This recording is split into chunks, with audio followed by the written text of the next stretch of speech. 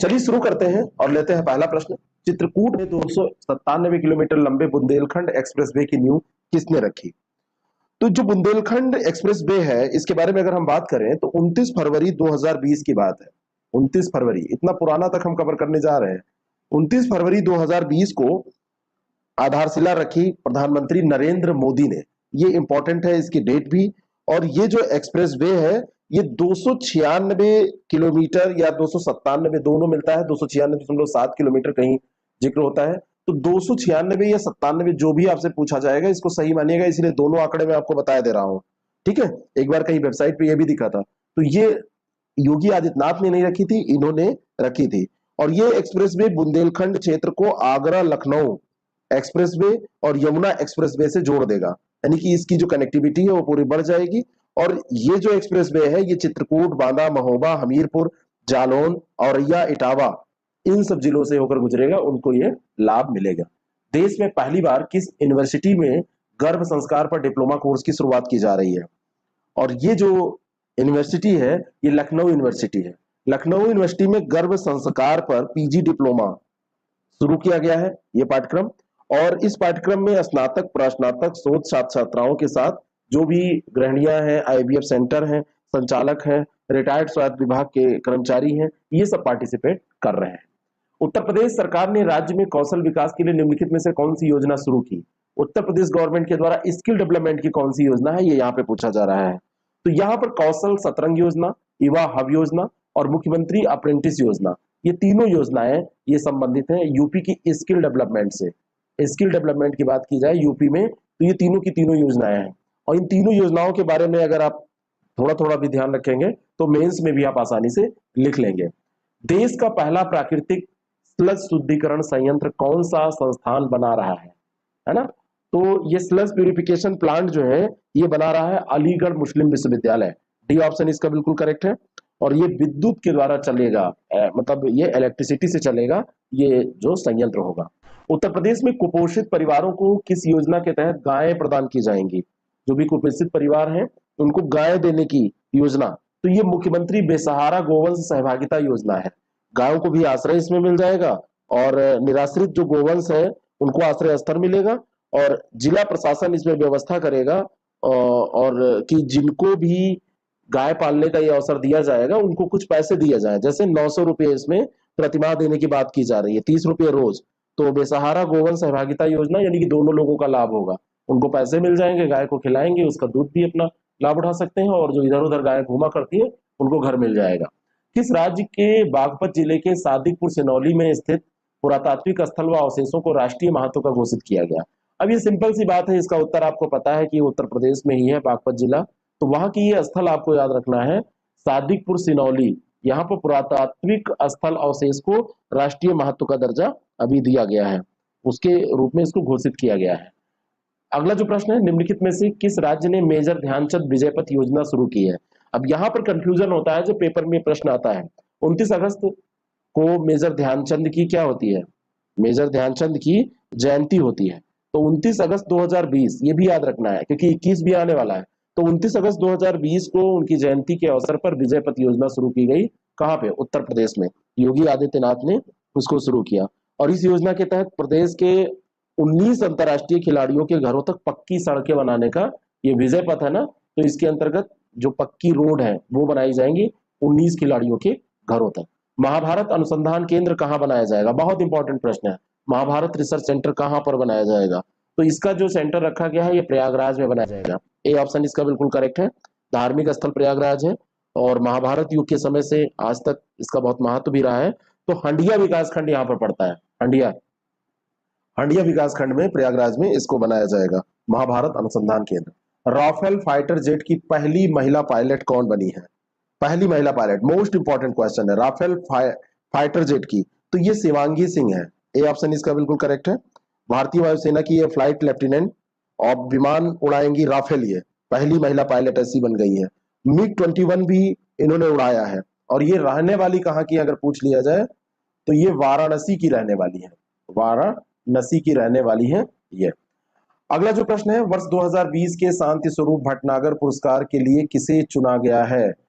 तो ये बहुत इंपॉर्टेंट इसलिए है कि ये बुशरा अतीक जो है, ये औसत विज्ञान के क्षेत्र में इनको ये पुरस्कार दिया गया है, Bushra Atiq, professor Bushra Atiq, B option इसका करेक्ट है।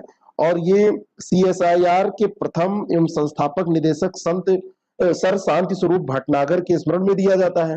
7 क्षेत्र है इसमें, जीव विज्ञान, रसायन विज्ञान, पर्यावरण विज्ञान, इंजीनियरिंग, गणित, चिकित्सा और भौतिकी, उसमें दिया जाता है। और 45 वर्ष से कम आयु के भारतीय वैज्ञानिकों को ये दिया जाता है।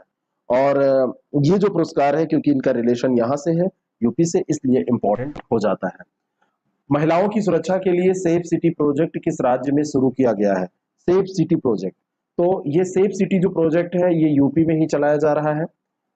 डी ऑप्शन इसका बिल्कुल करेक्ट हो जाएगा। सेफ सिटी प्रोजेक्ट में 180 दिनों तक इसको चलाने का प्रावधान रखा गया। पुलिस और अन्य विभाग सार्वजनिक स्थानों पर महिलाओं की सुरक्षा व्यवस्था जो है उसको दृढ़ करने का कार्य इसके अंतर्गत करेंगे। और वैसे देखा जाए तो ये गृह मंत्रालय का एक मिशन मोड जो है ये पहल है। और सार्वजनिक स्थानों पर, क्योंकि महिलाओं को कई बार कई समस्याओं का सामना करना पड़ता है, तो उसमें जो है इनको सहूलियत हो और हेल्प गवर्नमेंट कर रही है।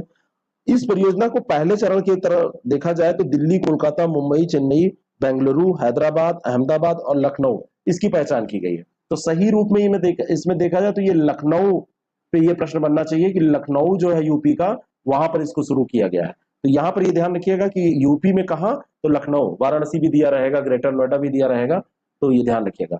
विश्व की पहली साइंटून आधारित पुस्तक बाय बाय कोरोना का लोकार्पण किसने किया? तो ये जो लोकार्पण है, ये पुस्तक किसकी है, ये भी आपको तैयार करना पड़ेगा। तो ये आनंदीबेन पटेल ने राजभवन में इसका लोकार्पण किया है। और ये विज्ञान और प्रौद्योगिकी विभाग की स्वायत्त संस्था विज्ञान प्रसार द्वारा प्रकाशित की गई है। विज्ञान प्रसार के द्वारा इस पुस्तक का प्रकाशन किया गया है। और इसके निदेशक हैं नकुल पाराशर, है ना, और निमिष कपूर इसके प्रकाशन विभाग के प्रमुख हैं।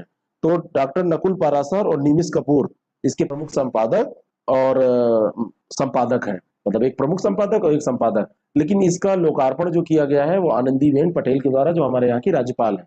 किस राज्य ने प्रदेश के हर पुलिस स्टेशन में महिला हेल्प डेस्क खोलने का निर्णय किया है? तो महिला हेल्प डेस्क जो खोलने जा रही है वो उत्तर प्रदेश की सरकार खोलने जा रही है। योगी आदित्यनाथ ने हर पुलिस स्टेशन में ये महिला डेस्क खोलने का निर्णय लिया है। बहुत ज्यादा इंपॉर्टेंट है। महिलाओं की संख्या भी पुलिस में काफी बढ़ गई है, आपको दिखने भी लगा होगा। तो महिला थाना और महिला डेस्क ये सब बनेंगे, वहां पे महिलाएं नियुक्त की जाएंगी, महिलाओं को हेल्प करेंगी। उत्तर प्रदेश सरकार में शादियों के लिए गैर कानूनी तरीके से धर्म परिवर्तन पर पाबंदी के लिए कितने साल की सजा का प्रावधान किया गया है? अगर कोई धर्म परिवर्तित करके शादी करता है तो उसको सजा दी जाएगी, और ये सजा रखी गई है 10 साल। सी ऑप्शन इसका बिल्कुल करेक्ट है। और लव जिहाद के खिलाफ यह अध्यादेश यूपी सरकार ने पार किया था। और इस अध्यादेश के हिसाब से अगर देखा जाए कि धोखे से अगर धर्म परिवर्तित किया गया है तो 10 साल की सजा होगी, है ना। और सिर्फ शादी के लिए किया गया धर्म परिवर्तन जो होगा वो मान्य नहीं होगा, है ना। ऐसा विवाह भी खत्म कर दिया जाएगा, उसका एंड कर दिया जाएगा। केवल मतलब वेडिंग के लिए आपने कर लिया, तो वेडिंग के लिए केवल अगर आप कर रहे हैं तो ये गलत है। अगला जो प्रश्न है, प्रधानमंत्री नरेंद्र मोदी ने किस राज्य के लिए बनाए गए ईस्टर्न डेडिकेटेड फ्रेंट कॉरिडोर के न्यू भावपुर न्यू खुर्जा खंड का उद्घाटन किया? तो प्रधानमंत्री मोदी ने जो ये उद्घाटन किया है वो ये जो आप नाम से जान जाएंगे, खुर्जा आपको पता है यूपी में ही पड़ता है, न्यू भावपुर खुर्जा खंड dedicated freight corridor, eastern dedicated freight corridor, तो ये उत्तर प्रदेश में ही है। ठीक है। और ये उद्घाटन 29 दिसंबर को ही किया गया था लास्ट ईयर में। 351 किलोमीटर का ये सेक्शन जो है, ये new Bhavpur new Khurja section, ये यूपी में स्थित है। 5750 करोड़ रुपए इसमें लगे हैं, 351 किलोमीटर, ये ध्यान रखिएगा। अगला जो प्रश्न है, देश की पहली ब्लास्ट लेस ट्रैक बनाने की फैक्ट्री निम्नलिखित में से कहां खोली गई है? मतलब ऐसा ट्रैक जो ब्लास्ट से परे हो, ब्लास्ट जिसपे ना हो सके। तो पूर्ण रूप से ये स्वदेशी blast less track rapid rail की जो ये डेवलपमेंट हुआ है, तो ये 180 किलोमीटर प्रति घंटा की रफ्तार के लिए ये फिट होगी। ये ट्रैक जो होगी 180 km पर किलोमीटर, ये जान लीजिए 180 किलोमीटर। तो इसके लिए इसको बनाया गया है। और ये regional rapid transit system RRTS corridor Delhi, Ghaziabad, दुहाई और मोदी नगर से होते हुए मेरठ को ये जोड़ेगा। और 82 किलोमीटर लंबे इस कॉरिडोर में 1 घंटे से भी कम समय में मेरठ से दिल्ली की यात्रा को संभव किया जा सकेगा। तो ये कहाँ खोली गई है ये फैक्ट्री, जहां पे ये बनेगा? तो बी ऑप्शन इसका करेक्ट है, मेरठ। हाल ही में किस राज्य ने युवाओं के लिए उद्यम सारथी ऐप शुरू किया है? तो उद्यम सारथी ऐप ये उत्तर प्रदेश का ही ऐप है। सी ऑप्शन इसका बिल्कुल करेक्ट है। रोजगार और व्यापार से जुड़ी हर जानकारी और सुरक्षा में सुविधा आप कह सकते हैं, सुरक्षा नहीं, इस प्लेटफॉर्म पर उपलब्ध होगी, जिससे कि उत्तर प्रदेश में आने वाले समय में एक जो उद्यम हब बनाने का निर्णय यूपी गवर्नमेंट ने लिया है, सपना देखा है, वो साकार हो सके। निम्नलिखित में से कौन सा राज्य दो एक्सप्रेस वे पर हवाई पट्टी वाला देश का पहला राज्य बनेगा? मतलब एक एक्सप्रेस वे पे पहले था, फिर दूसरे एक्सप्रेस वे पे भी हवाई पट्टी, तो ये राज्य उत्तर प्रदेश ही है। उत्तर प्रदेश राज्य ये कैसे है, आपको बताना चाहता हूं कि एक पहले दो हवाई पट्टी ये कैसे है। एक पहला राज्य है जहां पर पूर्वांचल एक्सप्रेसवे पर भी कुरीभर के पास 3300 मीटर लंबी हवाई पट्टी का निर्माण किया गया, और इसके पहले एक परीक्षण और हुआ था कई साल पहले, और उसको हवाई पट्टी के तौर पर उपयोग किया जा सकता है। उसको आज का ये प्रश्न है, आपको कमेंट में बताना है। ऐसे बहुत सारे प्रश्न अगर आप डेली प्रैक्टिस करना चाहते हैं, टेस्ट देना चाहते हैं, वीडियो चाहते हैं, ऐसे डिस्कशन सुनना चाहते हैं, और वीकली टेस्ट देना चाहते हैं, तो हमारा एक प्रोग्राम है डेली 30। और डेली 30 प्रोग्राम जो है, इस प्रोग्राम में हम 20 क्वेश्चन डेली एक टॉपिक पर और 10 क्वेश्चन डेली के करंट अफेयर पर डिस्कस करते हैं। और इसका आपको पीडीएफ भी मिल सकता है छोटे से सब्सक्रिप्शन पे, और फिर डेली का ये टेस्ट भी आप दे सकेंगे, और वीकली टेस्ट होता है जो हफ्ते भर हम डिस्कस करते हैं। इस प्रोग्राम को आप ज्वाइन करने के लिए हमारा ऐप आईएएस प्रेप एकेडमी, इसको जरूर ज्वाइन करें, है ना। इसको आईएएस प्रेप एकेडमी को डाउनलोड करिए और वहां से इस प्रोग्राम को आप ज्वाइन करिए, जिससे कि आपका जो तैयारी करने का नजरिया है, जो तैयारी करने का तरीका है, और जो आपका क्वेश्चन बैंक है, वो निरंतर बढ़ता चला जाए। अगला जो प्रश्न है, भारत का पहला लेदर पार्क किस शहर में बनाया जाएगा? लेदर पार्क, तो भारत का पहला लेदर पार्क बनाया जाएगा कानपुर में। सी ऑप्शन इसका बिल्कुल करेक्ट हो जाएगा। रमईपुर गांव आपसे पूछा जा सकता है, और रमईपुर जो गांव है, रमईपुर यहां पर कर लीजिए, रमईपुर गांव। तो रमईपुर गांव ये मेगा लेदर पार्क क्लस्टर की स्थापना करने के लिए 235 एकड़ की भूमि का अधिग्रहण यहां पर किया गया है, और ये देश का पहला लेदर पार्क होगा, केवल यूपी का नहीं, पैन इंडिया ये पहला लेदर पार्क होगा। ई पंचायत पुरस्कार 2021 किस राज्य ने जीता? ई पंचायत पुरस्कार 2021, तो ये जीता है उत्तर प्रदेश। श्रेणी फर्स्ट में ये पुरस्कार, ई पंचायत पुरस्कार 2021 ये जीता है यूपी ने, और इसके बाद असम और छत्तीसगढ़ भी है इसमें। तो इसके बाद बारी आती है असम, और उसके बाद में छत्तीसगढ़ की। तो ये आपको कैसा लगा जरूर बताएं। हफ्ते में एक दो वीडियो इसके ऐसे आते रहेंगे। हमारे चैनल से जुड़ने के लिए इसको सब्सक्राइब करें और बेल आइकन जरूर प्रेस करें, जिससे कि आगे की जो वीडियो आए वो आपको मिल जाए। और ऐसे ही बहुत सारे प्रश्नों को प्रैक्टिस करने के लिए हमारे महासंग्राम के सीरीज में पार्टिसिपेट करें। आईएएस प्रेप एकेडमी ऐप पर वो भी उपलब्ध है, जिससे कि आपकी तैयारी अच्छी हो। Thank you so much. Uttar Pradesh की पहली कृषि निर्यात नीति को मंजूरी कब प्रदान की गई? तो ये जो मंजूरी दी गई, अब वैसे तो ये 2019 में दी गई, सी ऑप्शन इसका करेक्ट है। लेकिन यूपी के लिहाज से करंट जब आप पढ़ेंगे तो ये बहुत पुराना प्रश्न नहीं है।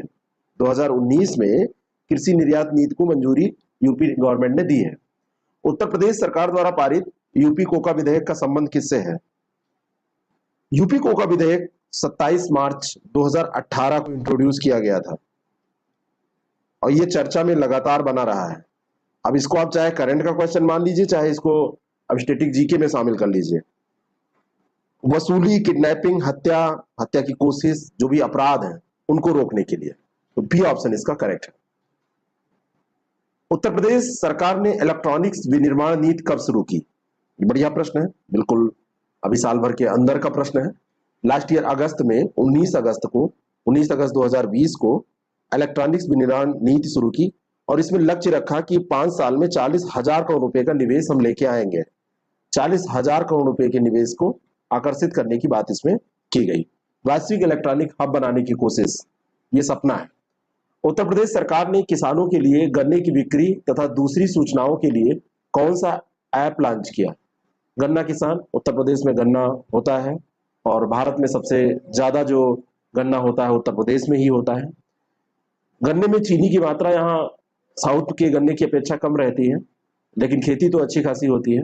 एक ऐप लॉन्च हुआ है ई गन्ना। ई गन्ना ऐप के माध्यम से इसके बिक्री और इससे संबंधित जो सूचनाएं हैं वो मिल जाया करेंगी किसानों को। 50 लाख किसान हैं गन्ने के उत्तर प्रदेश में लगभग, उत्तर प्रदेश राज्य सड़क परिवहन निगम द्वारा महिला सुरक्षा हेतु निम्नलिखित में से कौन सी हेल्पलाइन प्रारंभ की गई? अब ये हेल्पलाइन जो है ये काफी पहले प्रारंभ की गई, 1-1.5 साल पहले, 2 साल पहले की बात है, लेकिन ये चर्चा में बनी रहती है। और ये हेल्पलाइन का नाम था दामिनी। सी ऑप्शन इसका बिल्कुल करेक्ट है। सुबह 9 बजे से शाम 6 बजे तक शिकायत दर्ज कराने का इसमें है कि अगर कोई छेड़खानी करता है या कोई असुविधा होती है, किसी तरीके से कोई बदसलूकी करता है, तो इसमें शिकायत की जा सकती है। उत्तर प्रदेश सरकार ने घाघरा नदी का नाम बदलकर क्या रखा या बदलकर क्या रखने का निर्णय लिया? तो ये नाम, जैसे घाघरा जो नदी है, ये घाघरा नदी, कर्नाली नदी, ये गंगा की मुख्य सहायक नदी में से मानी जाती है। घाघरा नदी या कर्नाली नदी भी इसको कहा जाता है। तिब्बत के ऊंचे पर्वत शिखर हिमालय से ये निकलती है, नेपाल से होकर भारत में प्रवेश करती है, यूपी बिहार में ये बहती है। यूपी में इसको, जैसे अयोध्या पहुंचती है, सरयू कहा जाता था, है ना, तो इसको सरयू नाम ही दे दिया गया है पूरी नदी का। जल जो है इसमें बहुत ज्यादा होता है, बाढ़ भी इसके कारण से आती है। इधर कई जिले इससे प्रभावित होते हैं, बहराइच, बाराबंकी, ये सब जिले इससे प्रभावित होते हैं, तो इसका नाम सरयू नदी कर दिया गया। उत्तर प्रदेश के किस जिले में सोने के 3000 टन भंडार होने का अनुमान लगाया गया है? बहुत ही इंपॉर्टेंट क्वेश्चन है ये। भूवैज्ञानिक सर्वेक्षण जो किए गए, तो उसमें जो सोनभद्र डिस्ट्रिक्ट है, सोनभद्र में 3000 टन सोना मिला, है ना, और वहां पे जितना अभी तक भंडार था उसका लगभग 5 गुना ये हो गया। वहां पे सोनभद्र में कौन थाना पड़ता है? ग्राम पंचायत वहां पड़रच पड़ती है, पड़रच। तो पड़रच ग्राम पंचायत के पास ये भंडार मिले हैं। सी ऑप्शन इसका बिल्कुल सही हो जाएगा। 12 से 16 फरवरी 2021 के मध्य वीडियो कॉन्फ्रेंस के माध्यम से 24वां राष्ट्रीय युवा महोत्सव का आयोजन किया जा रहा है। इस वर्ष इस महोत्सव का मुख्य विषय क्या है? किया जा रहा है मतलब किया गया, यहाँ पे कर लीजिए, क्योंकि ये जो क्वेश्चन है ये हमारे टेस्ट सीरीज में आपको दिए जाते हैं। ये क्वेश्चन हमारी जो टेस्ट सीरीज चलती है आरओ और पीसीएस की, तो डेली का डेली हम क्वेश्चन तैयार करवाते हैं। 10-15 क्वेश्चन जो इंपॉर्टेंट होते हैं यूपी के या इंटरनेशनल, नेशनल, जो भी करंट अफेयर के हैं, उन टेस्ट सीरीज के ये प्रश्न है। तो उस समय प्रश्न बनाया गया, तो इसमें ऐसा लिखा है, तो ये किया गया। और इसमें इसका विषय क्या था, इसका एक्चुअली जो आयोजन किया गया था वो इस बार कहाँ पे आयोजन किया गया था? तो इसका आयोजन किया गया था वीडियो कॉन्फ्रेंस के माध्यम से, और इसका युवा उत्साह नए भारत का, ये इस बार थीम रखी गई, है ना। तो सी ऑप्शन इसका बिल्कुल करेक्ट हो जाएगा। काशी महाकाल एक्सप्रेस किन शहरों के बीच चलाई गई? काशी महाकाल बहुत चर्चित ये ट्रेन थी, और ये शुरू हुई वाराणसी से उज्जैन के बीच में। बी ऑप्शन इसका करेक्ट है, पूछी जा सकती है। ये 20 फरवरी से इसको लास्ट ईयर शुरू किया गया था। वन महोत्सव के तहत एक दिन में यूपी में कितने पेड़ लगाए गए? ये रिकॉर्ड बनाया गया था। तो वन महोत्सव के अंतर्गत इस बार 25 करोड़ पेड़ एक दिन में लगाए गए। एक दिन में 25 करोड़ पेड़ लगाए गए। अर्बन मोबिलिटी मिशन के तहत 14 शहरों में कितनी बसें चलाए जाने की योजना है? अर्बन मोबिलिटी जो मिशन है, इसमें इलेक्ट्रिक बसें चलाए जाने की बात की जा रही है। तो यहाँ पर थोड़ा सा, यहाँ पे जो बस लिखा है, इसको अगर हम इलेक्ट्रिक बस कर लें तो ये क्वेश्चन ज्यादा स्पष्ट हो जाएगा। इलेक्ट्रिक बसें चलाए जाने का निर्णय, तो ये 700 इलेक्ट्रिक बसों को चलाए जाने का निर्णय लिया गया। लखनऊ, कानपुर और झांसी, यहाँ 15 सितंबर से माना जा रहा है, इसी साल 15 सितंबर से इसको चलाया जाएगा। बाकी पायलट प्रोजेक्ट के तहत इनको चेक किया जाएगा, बाद में फिर देखा जाएगा कि और किसकी क्या संभावना है। भारत की पहली पॉड टैक्सी कहाँ चलाए जाने की योजना है?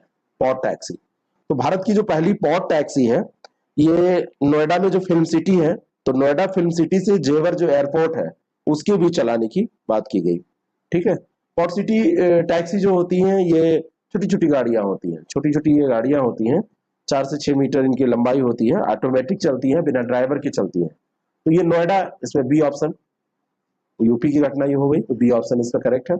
भूस्खलन और बाढ़ से हुए नुकसान के लिए 5 राज्यों को 1751.05 करोड़ रुपए अतिरिक्त केंद्रीय सहायता को मंजूरी प्रदान की गई। इसमें कौन सा राज्य शामिल नहीं है?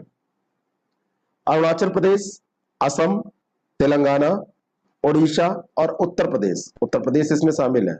इसमें एक उड़ीसा आप कर लीजिए और एक यहां पर जोड़ लीजिए तेलंगाना को। यूपी शामिल है, इसलिए प्रश्न पूछा जा सकता है। मध्य प्रदेश इसमें शामिल नहीं है, यही डी इसका सही उत्तर हो जाएगा।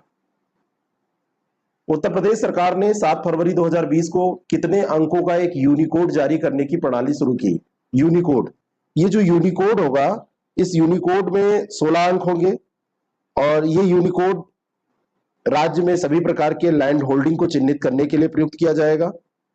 जो पहले के 6 अंक इसमें होंगे, ये भी आप ध्यान रखिए, शुरुआती जो 6 अंक हैं, शुरुआती 6 अंक भूमि की जनसंख्या पर आधारित होंगे।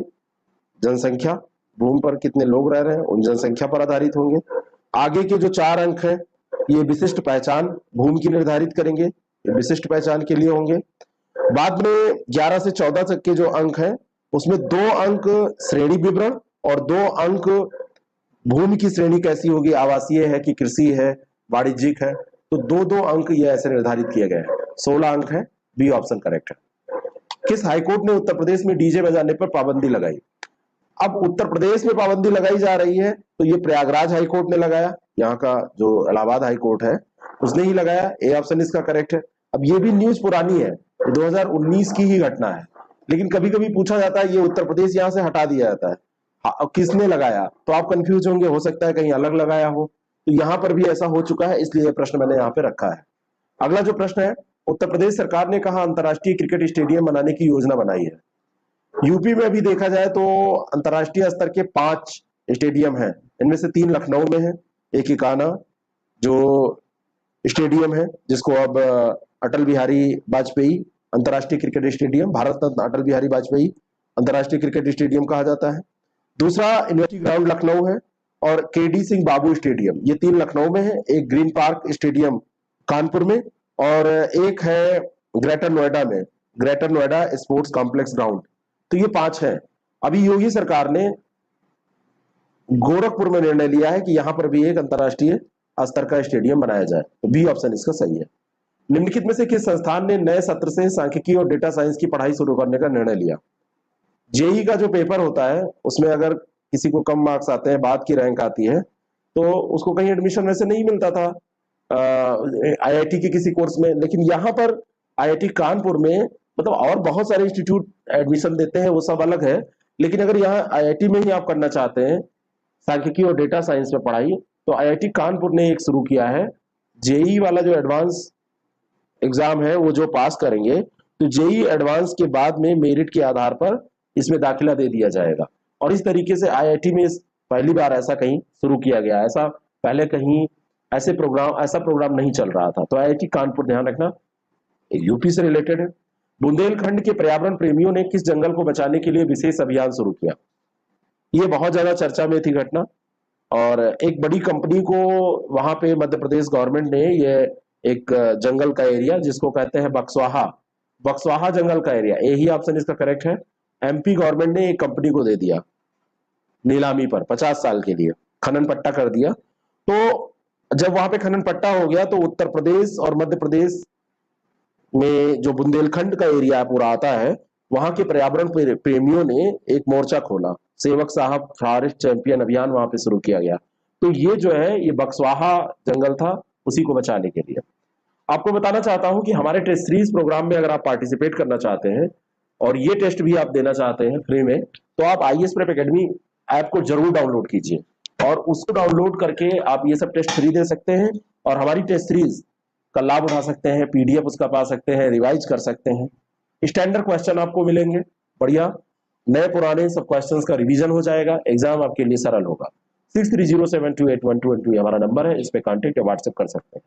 बाल विवाह रोकने के लिए यूपी का एक जिला है श्रावस्ती, कौन सा सॉफ्टवेयर विकसित किया गया है? तो बाल विवाह के मामले में अगर देखा जाए तो विश्व स्तर पर श्रावस्ती ने रिकॉर्ड बनाया है। नाइजीरिया जो अफ्रीका का देश है, अफ्रीका में जो नाइजीरिया है, नाइजीरिया के बाद सबसे अधिक बाल विवाह श्रावस्ती में ही देखने को मिलते हैं।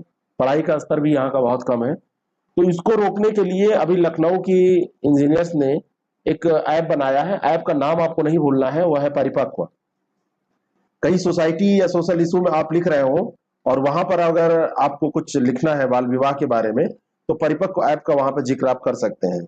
ये जो ऐप है, इसमें घर बैठे आप ऐप को खोलिए, शिकायत कर दीजिए कि ऐसी घटना हो रही है, तो उस पर एक्शन लिया जाएगा। हाल ही में किस योजना के तहत यूपी में दिव्यांगजनों के लिए राशन कार्ड बनाए जा रहे हैं? कौन सी योजना है?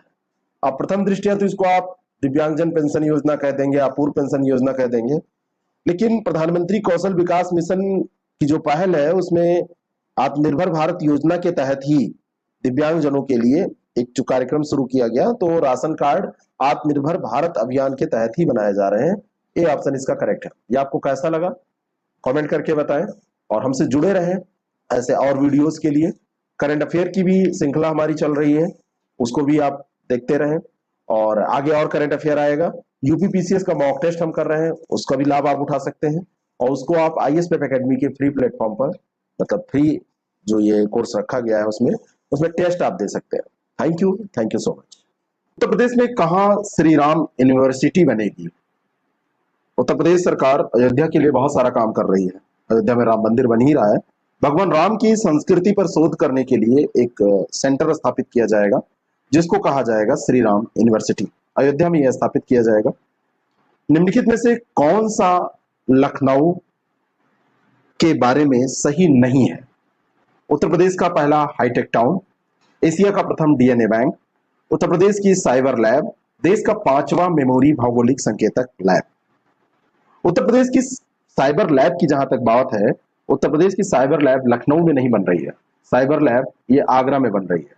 यहाँ पर लखनऊ की जगह पे, अगर ये आगरा, यहाँ पे ये आगरा, बाकी सारे के सारे ये लखनऊ में बन रहे हैं, ध्यान रखना। उत्तर प्रदेश का निम्नलिखित में से कौन सा जिला आकांक्षी जिले में शामिल नहीं है? उत्तर प्रदेश के 8 जिले आकांक्षी जिलों में हैं। बलरामपुर, सिद्धार्थनगर, सोनभद्र, चंदौली, फतेहपुर, चित्रकूट, श्रावस्ती और बहराइच। इनमें से आप देखिए तो एक जिला यहाँ पर दिया हुआ है ललितपुर। ललितपुर आकांक्षी जिले की सूची में नहीं आता है, और ये जो जिले हैं ये अच्छे प्रदर्शन करने वाले देश के जिलों में शामिल है। बुंदेलखंड क्षेत्र में जल संकट को दूर करने के लिए उत्तर प्रदेश सरकार ने किस देश के साथ समझौता किया? इजराइल के साथ ये समझौता हुआ है। बुंदेलखंड क्षेत्र का जल संकट इजराइल की टेक्नोलॉजी और वहां की सहायता से दूर किया जाएगा। उत्तर प्रदेश का सबसे बड़ा डिफेंस कॉरिडोर कहां पे बनेगा?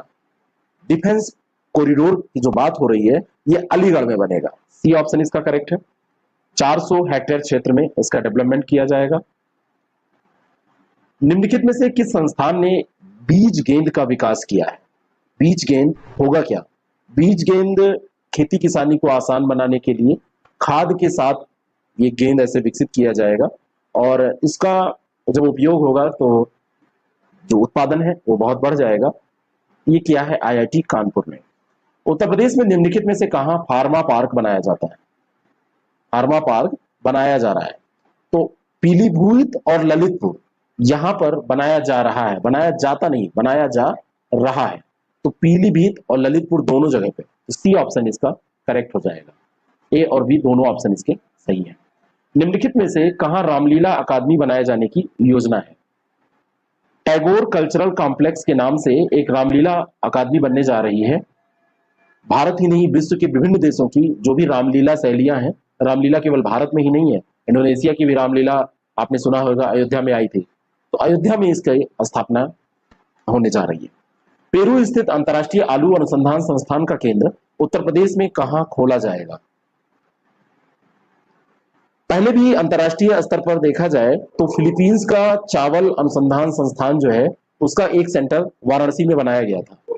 अब आलू का अनुसंधान केंद्र आगरा में खोले जाने की बात हो रही है, आगरा में खोला जाएगा। उत्तर प्रदेश में 7 लाख हेक्टेयर से अधिक क्षेत्र में आलू की खेती की जाती है, और देश का लगभग 34% आलू यहां पर उत्पादित होता है। हाल ही में उत्तर प्रदेश का चौथा अभ्यारण्य कहां बनाए जाने का निर्णय लिया गया है? पीलीभीत, दुधवा और अमानगढ़, ये 3 जगह, पीलीभीत, दुधवा, अमानगढ़ 3 जगह पे पहले से ही अभ्यारण्य है, और चौथा ये जो अभ्यारण्य है ये सहारनपुर में विकसित किया जाएगा। 33,000 हेक्टेयर में इसका विकास होगा। 8 जून को उत्तर प्रदेश कैडर के किस आईएएस को चुनाव आयुक्त नियुक्त किया गया? यूपी कैडर के ये सेवानिवृत्त आईएएस अधिकारी हैं। पहले आप समझ सकते हैं उत्तर प्रदेश में कितने महत्वपूर्ण पदों पर ये रह चुके हैं। अब इनको अनूप चंद्र पांडे की बात है, अनूप चंद्र पांडे को मुख्य चुनाव आयुक्त के अलावा जो 2 चुनाव आयुक्त होते हैं उनमें से एक आयुक्त के तौर पर नियुक्त किया गया है। चुनाव आयोग की अगर बात करें 1950 में इसका गठन हुआ था। 15 अक्टूबर 1989 तक केवल मुख्य निर्वाचन आयुक्त सहित एकल सदस्यीय निकाय हुआ करता था। वर्तमान में समय में देखा जाए उसके बाद इसमें 1+2 की व्यवस्था की गई, तो वर्तमान समय में सुनील चंद्रा भारत के मुख्य निर्वाचन आयुक्त हैं और राजीव कुमार और अनूप चंद्र पांडे, ये 2 लोग आयुक्त के तौर पर कार्य कर रहे हैं। उत्तर प्रदेश सरकार ने कहां काला नमक चावल महोत्सव का आयोजन किया? काला नमक चावल महोत्सव सिद्धार्थनगर में आयोजित किया गया। 13 मार्च 2021 को इसकी शुरुआत की गई। झांसी में अभी हुआ था स्ट्रॉबेरी महोत्सव और लखनऊ में हुआ था गुड़ महोत्सव। काला नमक चावल जो है, इस चावल को बुद्ध चावल के नाम से भी जाना जाता है। सुगंधित चावल की बेहतरीन किस्मों में से एक है ये। बुद्ध का महाप्रसाद भी इसको कहा जाता है। पूरब के क्षेत्र में आप जाएंगे, देवरिया, गोरखपुर, कुशीनगर, गोंडा, सिद्धार्थनगर, बहराइच, श्रावस्ती, संत कबीर नगर, बलरामपुर, महाराजगंज, इन सब एरियाज में इसका उत्पादन होता है। VLCC Femina miss India 2020 first और सेकंड रनर कौन रहे हैं? वीएलसीसी की जो ये प्रतियोगिता हुई, इसमें मानसा वाराणसी ने प्रथम स्थान प्राप्त किया था और इसमें दूसरा स्थान जो प्राप्त किया और तीसरा स्थान जो फर्स्ट और सेकंड रनर अप रही, वो है मनिका सोलंक और मान्या सिंह। मान्या सिंह उस समय चर्चा में आई थी। इनके माता पिता बहुत गरीब हैं, बहुत संघर्ष से इन्होंने पढ़ाई की और ऐसी प्रतियोगिता में जब कोई स्थान पाता है तो आप समझ सकते हैं कितना संघर्ष उसने किया होगा। देश का पहला हस्तशिल्प गांव कहां पर बसाया जाएगा? उत्तर प्रदेश के लिए बहुत इंपॉर्टेंट करंट अफेयर है। यूपी में तो ये बसेगा ही। यूपी में हैंडीक्राफ्ट विलेज है। हैंडीक्राफ्ट विलेज पड़ता है आगरा में, वहीं पर इसको बसाए जाने का प्रयास किया जाएगा, ये योजना है। और ताजगंज इलाका पड़ता है आगरा में, वहां पे मलको गली है, तो मलको गली में इसको बसाया जाएगा। मलको ये गली है। मुख्यमंत्री योगी आदित्यनाथ ने कहा प्रदेश के पहले गो अभयारण्य की आधारशिला रखी? ये मिर्जापुर में रखी गई है और 29 जनवरी 2020 की ही ये बात है। आधारशिला जो रखी गई थी वो 2020 में। यूपी का जो करंट अफेयर आपसे पूछा जाएगा 1.5 साल तक पुराना जाके करंट अफेयर में ही शामिल करके उसको पूछ लिया जाता है। लखनऊ व गौतम बुद्ध नगर के बाद उत्तर प्रदेश सरकार ने कहा पुलिस कमिश्नर प्रणाली लागू करने का निर्णय लिया? उत्तर प्रदेश में और गौतम बुद्ध नगर में 2 जगह पे ये लागू हो चुकी है। अब वाराणसी और कानपुर में इसको लागू करने की योजना है। गोरखपुर में नहीं, वाराणसी और कानपुर में जो कमिश्नरेट प्रणाली है वो लागू की जाएगी। हाल ही में प्लास्टिक से डीजल रूपांतरण के पहले संयंत्र का उद्घाटन कहां पर हुआ? लखनऊ इसमें छोड़ दीजिएगा, बिल्कुल ध्यान मत दीजिएगा, क्योंकि कंफ्यूजन अक्सर होता है कि जो राजधानी शहर है वहां पे सबसे ज्यादा ये सब काम किए जाते हैं। मथुरा वृंदावन निगम जो है, मथुरा वृंदावन नगर निगम ने प्लास्टिक से डीजल बनाने का एक कारखाना स्थापित किया है और रोजाना जो 6 टन सिंगल यूज और रिसाइकिल प्लास्टिक निकलता है तो उसके द्वारा ये डीजल बनाने का प्रयास करेंगे। जो हेमा मालिनी सांसद है यहाँ की, उन्होंने इसका उद्घाटन किया है। स्वतंत्रता सेनानी अशफाक उल्लाह खां के नाम पर कहां चिड़ियाघर बनाने का फैसला किया गया? उत्तर प्रदेश की जो सरकार है, योगी सरकार, योगी जी का जुड़ाव है गोरखपुर से। गोरखपुर में जो चिड़ियाघर है उसका नाम रखा जाएगा स्वतंत्रता सेनानी अशफाक उल्लाह खां। ठीक है, सी ऑप्शन करेक्ट हो जाएगा। उत्तर प्रदेश में किस वर्ष तक पशुओं को खुरपका मुंहपका रोग से मुक्त कराए जाने का लक्ष्य निर्धारित किया गया है? और ये वर्ष है 2030। हमारी टेस्ट सीरीज प्रोग्राम में अगर आप पार्टिसिपेट करते हैं तो इसका पीडीएफ भी आपको मिल जाता है। ऐसे प्रश्नों से हमारी टेस्ट सीरीज बनाई जाती है जो आपके एग्जाम में आने वाले प्रश्न होते हैं। आरओ या यूपीपीसीएस के एग्जाम्स के लिए आप हमारी टेस्ट सीरीज का फायदा उठा सकते हैं। अगर आप डेली अपनी तैयारी को इस तरीके से बनाए रखना चाहते हैं कि वो रिदम में बनी रहे, अच्छे से चलती रहे, तो हमारा डेली 30 प्रोग्राम आप जरूर ज्वाइन करें। डेली 30 प्रोग्राम में डेली 30 क्वेश्चन हम डिस्कस करते हैं, उसका पीडीएफ आपको देते हैं, उसका टेस्ट भी हम आपको प्रोवाइड कराते हैं और वीकली टेस्ट होता है। इस तरीके से आपकी तैयारी निरंतर चलती रहती है। अंतिम प्रश्न है, उत्तर प्रदेश बजट 2021-22 के अनुसार राजकोषीय घाटा कितना अनुमानित है? और राजकोषीय घाटा जो ये अनुमानित है ये 90,729.8 करोड़ रुपए। बजट 2021-22 का जो यूपी का है उसमें यह अनुमान लगाया गया है, तो बी ऑप्शन इसका करेक्ट हो जाएगा। कुल व्यय अगर देखा जाए तो कुल बजट में कुल व्यय 5,50,270.78 करोड़ रुपए रहा है और इसमें जो घाटा रहा है वो घाटे की बात 90,729.8।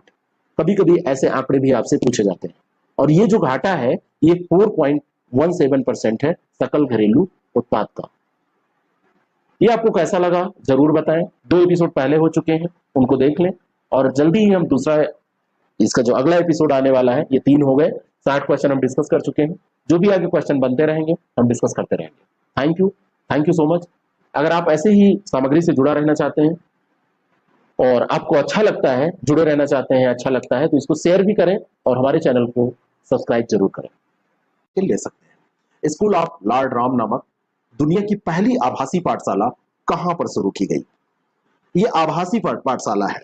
और लॉर्ड राम क्योंकि चर्चा में बहुत ज्यादा है, राम मंदिर बहुत ज्यादा चर्चा में है, सबकी निगाहें जाती हैं अयोध्या पे, लेकिन अयोध्या इसका सही उत्तर नहीं होगा। इसका सही उत्तर हो जाएगा ये वाराणसी। वाराणसी में जो ये वर्चुअल पाठशाला शुरू की गई है, इसके बारे में एक फैक्ट और भी मैं आपको बताना चाहता हूं कि इसका प्रारूप किसने तैयार किया है, स्ट्रक्चर किसने डिजाइन किया है, तो उस व्यक्ति का नाम है प्रिंस तिवारी। और प्रिंस तिवारी जो है बीएचयू में अभी अध्ययनरत है, पहले ये एसबीएम के प्रोडक्ट रह चुके हैं, सरस्वती विद्या मंदिर के। उत्तर प्रदेश में वनवासी समागम का आयोजन कहां किया गया? वनवासी समागम इसलिए इंपॉर्टेंट है क्योंकि राष्ट्रपति महोदय ने इसमें पार्टिसिपेट किया था। 14 मार्च 2021 की बात है। 14 मार्च 2021 में सोनभद्र में पड़ता है एक स्थान चापकी, और चापकी में इन्होंने नवनिर्मित भवन, वनवासी समागम के अवसर पर वहां पे एक आश्रम है, सेवा कुंज आश्रम, वहां नवनिर्मित भवनों का भी उद्घाटन किया था। वनवासी समागम का अर्थ है वनों में रहने वाले जो लोग हैं, खास करके जो एसटीज हैं, उनके कल्चर, उनके प्रोडक्ट, उनकी जीविका, इन सब पर बात करना, और इन चीजों को वैल्यू दिया भी जाना चाहिए, और सरकार इसको विभिन्न कोशिशों के माध्यम से दे भी रही है। 16 फरवरी 2021 को महाराजा सुहेलदेव स्मारक और चित्तौरा झील के विकास कार्य की आधारशिला किसने रखी? डेट भी इंपॉर्टेंट है, 16 फरवरी 2021। ये आधारशिला रखने के दौरान उपस्थित रहे योगी आदित्यनाथ, लेकिन योगी आदित्यनाथ ने ये आधारशिला नहीं रखी, वर्चुअली ये आधारशिला रखी हमारे देश के प्रधानमंत्री नरेंद्र मोदी जी ने। नरेंद्र मोदी जी ने ये आधारशिला बहराइच में स्थित है, सुहेलदेव जयंती जो मनाई गई, और ये पूरा जो कार्यक्रम हुआ ये बहराइच में ही हुआ, और ये वर्चुअली उद्घाटन नरेंद्र मोदी जी ने किया, वो बहराइच आए नहीं, और उसका उद्घाटन उन्होंने वहीं से कर दिया, दिल्ली में ही बैठ के। केंद्रीय विद्युत, नवीन और नवीकरणीय ऊर्जा राज्य मंत्री श्री आर के सिंह ने 24 मार्च 2021 को कहां से ग्राम उजाला कार्यक्रम की शुरुआत की? ग्राम उजाला कार्यक्रम है किस लिए? ग्राम उजाला कार्यक्रम सब्सिडी देता है बल्बों पर, एलईडी बल्बों पर, प्रति बल्ब 10 रुपये की वहनीय दर पर बल्ब उपलब्ध कराए जा रहे हैं, और इसकी शुरुआत 24 मार्च 2021 को की गई वाराणसी से। डी ऑप्शन इसका करेक्ट हो जाएगा। प्रधानमंत्री श्री नरेंद्र मोदी ने वीडियो कॉन्फ्रेंस के माध्यम से चौरी चौरा शताब्दी समारोह का उद्घाटन किस तिथि को किया? मोस्ट इंपॉर्टेंट प्रश्न है, और यूपीपीएससीएस ने कई बार इसको पूछा है, यूपीपीएससी ने विभिन्न एग्जामों में, और 4 और 5 फरवरी दोनों वो देता है। चौरी चौरा के बारे में, डेट के बारे में आपसे पूछता है, और दोनों दे देता है डेट। लेकिन यहां पर ध्यान रखना आप, गवर्नमेंट ने भी 4 फरवरी वाली डेट को अप्रूव किया, और चौरी चौरा शताब्दी समारोह का उद्घाटन पीएम मोदी ने 4 फरवरी 2021 को किया। ध्यान रखना आप, 100 साल अभी इस घटना को पूरे हुए हैं, चौरी चौरा वाली घटना को 100 साल पूरे हो गए हैं, 100 ईयर्स कंप्लीट हुए हैं। इस कारण से बहुत ज्यादा इंपॉर्टेंट है ना। साथ में यहाँ पर हमारी राज्यपाल आनंदीबेन पटेल और हमारे मुख्यमंत्री योगी आदित्यनाथ भी कार्यक्रम में थे। उत्तर प्रदेश का पहला वर्चुअल ई कोर्ट कहाँ खोला गया?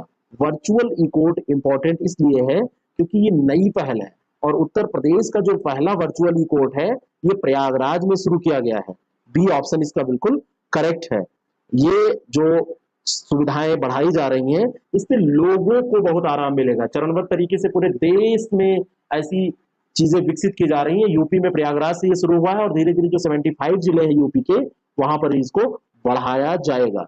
उत्तर प्रदेश में पंचायत चुनाव कितने चरणों में संपन्न हुए? ये बहुत ज्यादा इंपॉर्टेंट प्रश्न है। अप्रैल में ये चुनाव संपन्न कराए गए। अप्रैल में जो ये शुरू होने वाले चुनाव थे, ये कितने चरणों में हुए? 15 अप्रैल को पहला चरण हुआ था, 19 अप्रैल को दूसरा चरण हुआ था, 26 अप्रैल को तीसरा, और 29 अप्रैल को चौथा चरण, और 4 चरणों में ये चुनाव संपन्न करा दिए गए। और अप्रैल के बाद में आती है मई। 2 मई को इसकी मतगणना शुरू हुई थी, 2-3 मई तक पूरी मतगणना 3 मई को समाप्त हुई। कहीं कहीं रात हो गई उस दिन भी, जैसी भी वोटिंग वैसे होती है। लेकिन ये काउंटिंग की बात आप छोड़ दीजिए तो 4 चरणों में ये संपन्न हुआ, 15, 19, 16 और 29। सी ऑप्शन इसका बिल्कुल करेक्ट है। पंचायत चुनाव, ये वोटर लिस्ट कौन तैयार करता है? स्टेट जो इलेक्शन कमीशन होता है वो। इसका जो भारत का इलेक्शन कमीशन है उससे कोई लेना देना नहीं होता है, स्टेट लेवल पे जो स्टेट कमीशन होता है वो। और पंचायत की बात आती है तो जाहिर सी बात है अनुच्छेद कुछ इंपॉर्टेंट है, कुछ संविधान संशोधन इंपॉर्टेंट है, वो संविधान संशोधन भी आपको ध्यान रखने होते हैं। बात समझ में आ रही है? उसको भी रिवाइज आपको करना होता है। किन अनुच्छेदों की तरफ, किस संविधान संशोधनों की तरफ मैं इशारा कर रहा हूं, आप समझ रहे हैं? तो संविधान संशोधन इंपॉर्टेंट। मैं बात कर रहा था 73वें संविधान संशोधन की और 74वें संविधान संशोधन की। 73वें के अंतर्गत आपकी ग्रामीण स्तर पर और यहाँ पर शहरी निकायों की बात की जाती है। आपसे पूछ लिया जाए 11वीं अनुसूची में कितने विषय हैं, तो ये 29 विषय इसमें उल्लिखित किए गए हैं। चलिए आगे बात करते हैं। उत्तर प्रदेश पुलिस कमिश्नरी प्रणाली लागू करने वाला राज्य बना। इसके पहले भी इस पर हमने प्रश्न डिस्कस किए हैं कि कहां और लागू हो रही है, तो इसको आप तीसरे एपिसोड में देखेंगे तो आपको मिल जाएगा। पूरे देश में क्रम देखा जाए तो उत्तर प्रदेश जो है ये 16वां ऐसा राज्य है, 16वां, जिसने पुलिस कमिश्नरी प्रणाली लागू किया है। और इसको लागू करने का मतलब ये नहीं कि पूरे स्टेट में लागू हो गया। जैसे यूपी में ही अभी बात की जाए तो कहां कहां लागू है, एक तो लखनऊ में लागू है और दूसरा कहां पर लागू है, ये भी इंपॉर्टेंट प्रश्न है। अगर आप इसको भी तैयार नहीं कर पा रहे हैं तो आपका क्वेश्चन गलत हो सकता है। एक तो उत्तर प्रदेश में लखनऊ में लागू किया गया और दूसरा कहां लागू किया गया, ये प्रश्न इंपॉर्टेंट है। इसके बारे में मैंने पहले भी बात की है, तो आज इसका आप उत्तर देंगे, इसका उत्तर आप बताएंगे। 13 जनवरी 2020 की बात है जब यहां पर कमिश्नरी प्रणाली लागू की गई। 13 जनवरी 2020, 16वां राज्य बना, है ना। और यहां पर मतलब क्या होता है, जब पुलिस कमिश्नरी के तहत ये सारी चीजें हो जाती हैं तो जिले में जो कुछ थाने हैं उनको इसके अंतर्गत रखा जाता है, बाकी जो थाने होते हैं वो एसपी के अंतर्गत ही होते हैं। और इसमें एक इंपॉर्टेंट बात यह है कि कौन सा आयोग था जिसने पुलिस तंत्र में सुधार के लिए इसकी व्यवस्था करने की बात की थी, तो एक आयोग था धर्मवीरा आयोग। और धर्मवीरा आयोग जो था उसने 1977 में ही, ये राज्यपाल थे धर्मवीरा, उन्होंने छठे राष्ट्रीय पुलिस आयोग के तहत, इन्हीं की अध्यक्षता में धर्मवीरा आयोग जो था ये छठा आप कह सकते हैं राष्ट्रीय पुलिस आयोग ही था, तो उसके तहत इन्होंने रिपोर्ट सौंपी थी। तो उसने कहा था कि 5 लाख या उससे अधिक की आबादी वाले जो महानगर है वहां पर पुलिस कमिश्नरी प्रणाली, कमिश्नरेट लागू कर देना चाहिए। तो ये इंपॉर्टेंट है। वैसे ये 16वां है, ध्यान रखना। भारत का पहला कोरोना मेडिकल सेंटर कहां बना? पूरे भारत का बना है और ये उत्तर प्रदेश में बना है, इसलिए इंपॉर्टेंट है। ये बनाया गया था नोएडा में, डी ऑप्शन इसका करेक्ट है। पहले चरण की बात ये हो रही है जब पहली बार कोरोना आया था। अयोध्या में राम मंदिर किस शैली में बनाया जा रहा है? राम मंदिर में प्रश्न बने ये कोई बड़ी बात नहीं। राम मंदिर का निर्माण अयोध्या में किया जा रहा है और अयोध्या का जो ये राम मंदिर है इसी की चर्चा हम कर रहे हैं। इसको बनाया जा रहा है नागर शैली में, नागर बेसर द्रविड़। उत्तर से दक्षिण आप जैसे जैसे भारत में बढ़ते चले जाएंगे तो ये नागर, बेसर और द्रविड़ शैलियां आपको मिलेंगी। और ये जो राम मंदिर है ये 5 मंडप वाला होगा और इसका एक गुम्बद बना, 5 मंडप वाला गुम्बद बनेगा, एक शिखर बनाया जाएगा, 161 फीट ऊंचा भी होगा, ये भी आपको ध्यान में रखना है ना। और 3 से 3.5 साल में बनकर तैयार होने की उम्मीद की जा रही है। और 3 मंजिला ये मंदिर होगा, 3 मंजिला मंदिर का निर्माण ये किया जा रहा है। वास्तुशास्त्र के हिसाब से सारी चीजें देखी गई हैं कैसे क्या करना है। उत्तर प्रदेश सरकार सार्वजनिक स्थानों पर अतिक्रमण कर बनाए गए धार्मिक स्थलों को हटाने के लिए कौन सा नया कानून बना रही है? आपको बताना चाहता हूं हमारी जो टेस्ट सीरीज है उसमें ये टोटल व्याख्याएं दी होती है जैसा कि मैं यहां पर कर रहा हूं। और ये कानून है regulation of public religious structure. ऐसी जमीनें जहां पर सार्वजनिक जमीनें वो थी और मंदिरों का निर्माण कर दिया गया, धार्मिक स्थलों का निर्माण कर दिया गया है, मंदिर मस्जिद कुछ भी धार्मिक स्थल, तो उनको हटाने के लिए यूपी गवर्नमेंट ने एक स्ट्रक्चर तैयार किया है, नया कानून बनाने जा रही है वो। और जो भी स्थल इसके अंतर्गत आएंगे तो उन पर कार्रवाई करके उनको खाली कराया जाएगा। उत्तर प्रदेश निम्नलिखित में से कौन सा कोर्स शुरू करने वाला देश का पहला राज्य होगा? पहले प्रयास किया जा रहा था चंडीगढ़ में, चंडीगढ़ में ये कोर्स शुरू होने जा रहा था लेकिन वहां पर ये नहीं हो पाया। ये था न्यूरो ऑटोलॉजी कोर्स और ये यूपी में शुरू होने जा रहा है। न्यूरो ऑटोलॉजी कोर्स की दिशा में उत्तर प्रदेश अब प्रयास कर रहा है। मेडिकल काउंसिल ऑफ इंडिया का अधिनियम 1958 है, उसके तहत मानकों को पूरा करने के बाद ये कोर्स यहाँ पर शुरू हो पाएगा, तो इसलिए प्रयास जारी हो चुके हैं। अर्जुन सहायक परियोजना के बारे में असत्य कथन की पहचान कीजिए। अर्जुन सहायक परियोजना में कई प्रश्न आपसे बन सकते हैं। 2600 करोड़ रुपए की ये सिंचाई परियोजना है, धसान नदी पर बनाई जा रही, जो सबसे इंपॉर्टेंट इसके बारे में है। ये दोनों इंपॉर्टेंट क्वेश्चन अलग अलग बनाए जा सकते हैं और दोनों स्टेटमेंट यहाँ पर सही है। ये परियोजना उत्तर प्रदेश के बांदा, महोबा और हमीरपुर जिले को लाभ पहुंचाएगी। मैं आपसे पूछ लूं कहाँ ये योजना नहीं है, किस जिले में, इलाहाबाद दे दिया जाए, ललितपुर दे दिया जाए, सोनभद्र दे दिया जाए, तो बांदा, महोबा, हमीरपुर। और धसान नदी यमुना की सहायक नदी है, यही यहाँ पर गलत है, क्योंकि जो धसान नदी है, धसान नदी किसकी सहायक है ये भी आपको जानना चाहिए। ये बेतवा की सहायक है, और बेतवा में भी दाहिनी तरफ से मिलने वाली ये सहायक नदी है, बेतवा की सहायक नदी है, तो यही डी ऑप्शन इसका इनकरेक्ट है। नियोजन विभाग के वर्ष 2017-18 के आंकड़ों के मुताबिक यूपी की प्रति व्यक्ति आय कितनी थी? 2017-18 की बात इसलिए की जा रही है क्योंकि ये अभी तक डेटा, बाकी अनुमानित डेटा है, तो ये आपसे पूछा जा सकता है। तो ये प्रति व्यक्ति आय 58,821 रुपये, ए ऑप्शन इसका बिल्कुल करेक्ट है। और यूपी की प्रति व्यक्ति ये आय है, और पड़ोसी राज्य बिहार की आय से ये ज्यादा है, लेकिन मध्य प्रदेश की आय से कम है, राजस्थान की आय से भी कम है।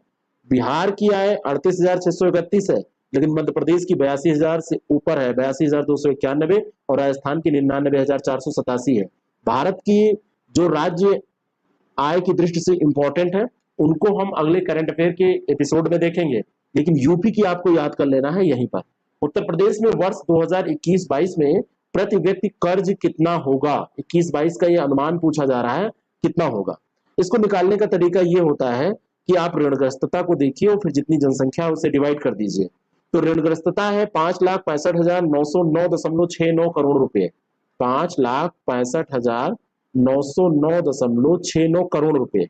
और इसको अगर हम अनुमानित डिवाइड कर दें 23 करोड़ आबादी से, 23 करोड़ आबादी से इसको भाग दे दे तो प्रति व्यक्ति आ जाएगी, और प्रति व्यक्ति तब ये आएगी 26,572 रुपये 21-22 में, 26,572 रुपये। और इससे पहले देखा जाए कि 20-21 में कितना था, तो 24,604 रुपये था, लेकिन आपको याद यही रखना है 26,572, जो कि 21-22 में होगा। अगर पूछा जाए 20-21 में कितना है तो 24,604 होगा। अगला जो प्रश्न है, वर्ल्ड एयर क्वालिटी रिपोर्ट के अनुसार दूषित शहरों में उत्तर प्रदेश के शहरों का सही युग्म कौन सा है? मतलब स्थान और शहर यहाँ पे दिए हुए हैं। गाजियाबाद दूसरा स्थान, क्या ये सही है? बिल्कुल सही है, गाजियाबाद दूसरे स्थान पर रहा, बुलंदशहर तीसरे स्थान पर, नोएडा 5वें स्थान पर रहा, है ना।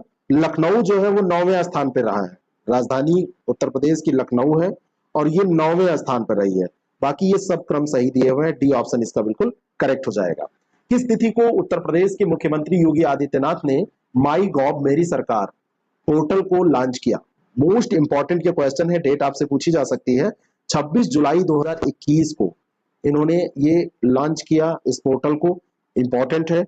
और ये पोर्टल राज्य में लोग सरकार की जो बहुत सारी योजनाएं हैं, जो काम है, उन पर फीडबैक देने के लिए प्रयोग कर सकते हैं इस पोर्टल का। राज्य की विभिन्न योजनाओं की जो भी इंफॉर्मेशन है उसको पब्लिक डोमेन में डाला गया है, इसको देख सकते हैं, है ना। राज्य के आम नागरिकों से अन्य जो मुद्दे होते हैं जुड़े हुए, उनके बारे में जानकारी प्राप्त कर सकते हैं, शिकायत दर्ज कर सकते हैं। तो ये सारी चीजें इस पोर्टल के बारे में। निम्नलिखित कथनों पर विचार करें। हाल ही में उत्तर प्रदेश के वाराणसी में प्रसाद परियोजनाओं का उद्घाटन किया गया। प्रसाद योजना उत्तर प्रदेश सरकार द्वारा पूरी तरीके से वित्त पोषित एक राज्य योजना है। जो प्रसाद परियोजना है उत्तर प्रदेश के वाराणसी में इसका उद्घाटन हुआ, जिसमें पर्यटक सुविधा केंद्र, 80 घाट से राजघाट तक क्रूज बोट, ये सब चीजें की गई। Pilgrim rejuvenation and spiritual heritage augmentation drive, ये प्रसाद का फुल फॉर्म है, और ये भारत सरकार द्वारा पूर्ण रूप से वित्त पोषित है, ना कि उत्तर प्रदेश सरकार के द्वारा। तो दूसरा गलत है, पहला सही है, ए ऑप्शन इसका बिल्कुल करेक्ट हो जाएगा। अगला जो प्रश्न है, उत्तर प्रदेश जनसंख्या नियंत्रण, स्थिरीकरण और कल्याण विधेयक 2021 के बारे में सत्य कथन आपको बताना है कि कौन सा कथन सत्य है। ये जो विधेयक है राज्य की जनसंख्या को नियंत्रित करने, स्थिर करने और कल्याण पर बल देता है कि उस कैसे जनसंख्या का कल्याण हो पाए। पहला स्टेटमेंट सही है। 4 से अधिक बच्चों वाले लोगों को स्थानीय चुनाव लड़ने से रोकने का प्रावधान इसके अंतर्गत किया गया है। यहां पर 2 से अधिक बच्चों की बात की गई है, ना कि 4 से अधिक। 2 से ज्यादा बच्चे जिनके भी होंगे तो वो स्थानीय चुनाव नहीं लड़ पाएंगे। तो बड़े वाले चुनाव पे क्यों रोक नहीं लगा रहे हैं? तो ए ऑप्शन इसका बिल्कुल करेक्ट है। ठीक है ना। इसमें सरकारी नौकरियों में आवेदन करने, पदोन्नत पाने से भी रोकने का प्रावधान हुआ है अगर बच्चे ज्यादा होंगे। इसमें राष्ट्रीय पेंशन योजना के तहत योगदान कोष में 3% की वृद्धि करने का भी प्रस्ताव किया गया है और जनसंख्या नियंत्रण विधेयक को लागू करने के लिए राज्य जनसंख्या कोष की स्थापना करने का प्रावधान भी इस विधेयक के अंतर्गत किया गया है। और अंतिम प्रश्न है इस एपिसोड का, फिर अगला एपिसोड आएगा और आप इसको आईएएस प्रेप एकेडमी ऐप पर जाके जरूर दीजिए और हमारी टेस्ट सीरीज का भी लाभ आप उठाइए, जिससे कि आपकी तैयारी ऐसी हो जाए कि आप लीड करें, जितना कट ऑफ जाए उससे 10-15 मार्क्स आगे रहे आपका जो स्कोर हो। उत्तर प्रदेश सरकार ने कहां पर आतंकवाद रोधी दस्ते का प्रशिक्षण केंद्र स्थापित करने का निर्णय लिया? और ये बहुत ज्यादा इंपॉर्टेंट प्रश्न है, मोस्ट इंपॉर्टेंट प्रश्न है। देवबंद स्थान पड़ता है सहारनपुर में। कई बार अलग से भी ये पूछा गया है कि कहां पड़ता है, तो वहीं पर उत्तर प्रदेश सरकार ने आतंक निरोधी दस्ते, एंटी टेररिस्ट स्क्वाड कमांडो के लिए एक प्रशिक्षण केंद्र स्थापित करने का निर्णय लिया है ना। और ये इसकी जो लोकेशन आपकी है वो एक तरफ आपको हरियाणा मिल जाएगा, एक तरफ आपको उत्तराखंड मिल जाएगा, उत्तराखंड और हरियाणा, और एक तरफ यूपी, यानी कि इसके ये यूपी में तो है ही है, ये बिल्कुल बॉर्डर पे पड़ता है देवबंद की जो लोकेशन है। ठीक है, तो इस लोकेशन की दृष्टि से भी ये इंपॉर्टेंट है। ए ऑप्शन इसका बिल्कुल करेक्ट है। आपको ये कैसा लगा जरूर बताएं, लोगों तक इसको पहुंचाएं। नए हैं तो चैनल को सब्सक्राइब करें और पसंद आता है तो वीडियो को लाइक जरूर करें और हमसे जुड़े रहें। सारे एपिसोड आपके पड़े हुए हैं इस चैनल पे, प्लेलिस्ट को विजिट करें, देखें और आईएएस प्रेप एकेडमी ऐप पर जाके इसका